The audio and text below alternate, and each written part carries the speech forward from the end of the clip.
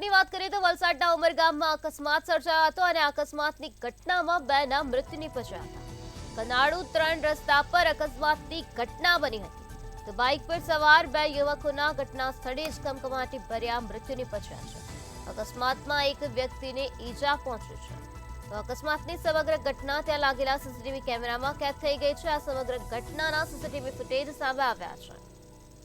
તો આ પ્રકારે ઉમરગામમાં અકસ્માત સર્જાયો અને અકસ્માતની ઘટનામાં બેના મૃત્યુ નિપજ્યા। અકસ્માતમાં એક વ્યક્તિને ઈજા પહોંચી ત્યારે ઈજાગ્રસ્ત વ્યક્તિને સારવાર અર્થે હોસ્પિટલમાં ખસેડવામાં આવ્યો છે। હાલ આ સમગ્ર મામલામાં પોલીસ દ્વારા વધુ તપાસ હાથ ધરવામાં આવી રહી છે।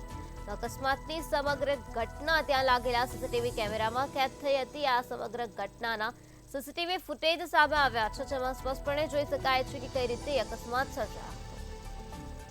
તો વલસાડના ઉમરગામના કનાડુ 3 રસ્તા પાસેનો આ બનાવ છે જ્યાં અકસ્માતની ઘટના બની અને જેમાં બેના કમકમાટી ભર્યા મૃત્યુ નિપજ્યા।